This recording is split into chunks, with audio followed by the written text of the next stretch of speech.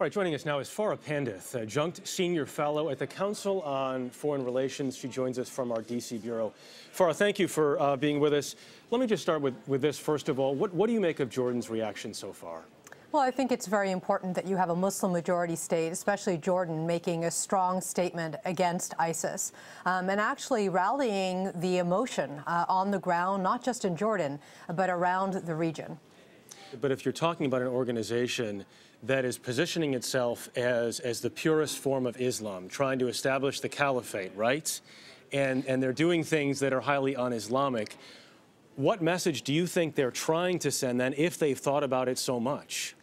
Yeah, you know, I actually, this idea that we can look at them and talk about all the ways, whether it's ISIS or Al-Qaeda or Boko Haram or Al-Shabaab, any of the extremist groups, if we try to sit here and talk about what is Islamic and what is not Islamic, that's beside the point. For the young millennials who are in an instant attracted to the kind of narrative that they're putting out, they're not sitting there pondering what is Islamic and what is not Islamic. What they're reacting to is the narrative of the extremists that are luring them in, and that's where we, as non-government, civil society, and others, need to look at why is it affecting this generation, and what can we do to stop the recruitment from taking place? It is a seduction of children in many parts of the world. It is not just about what's happening in the Middle East. It's about the narrative that they're putting forward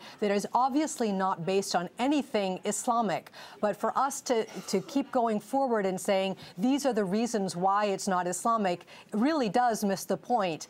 We have to be looking at how to stop the recruitment from happening based on the imagery and based on the allure that they have so far been quite successful in drawing kids in. So is that some sort of social outreach? Is it a family outreach? Is it from NGOs on the ground? It's all of the above, Jeff. It isn't one thing or the other. What we have to understand is the cycle of recruitment that's happening. When you look at the most devastating examples, most recently, you know, the Charlie Hebdo, the people who took part in that, they didn't get radicalized overnight.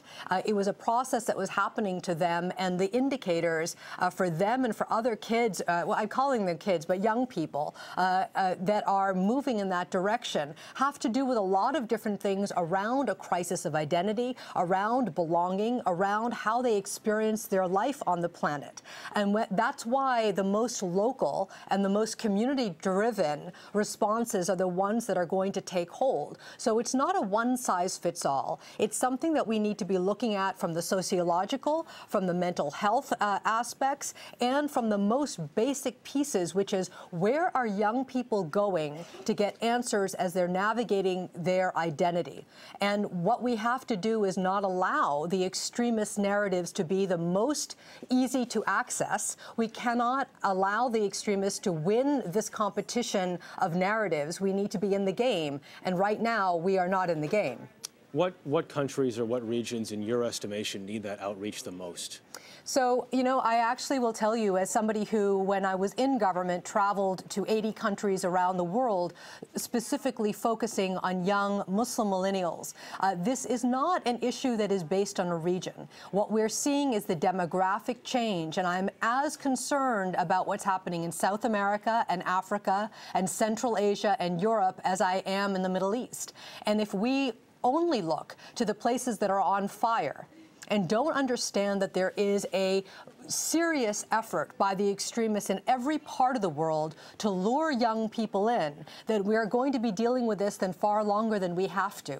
What we have to understand is that it has to be a comprehensive approach, that it is global, that a Muslim kid in the Maldives or in Suriname or in Argentina or in Canada is as important to us as that kid in Egypt or in Tunisia or in Jordan. Farah Pandith, thank you very much for joining us. Thank you.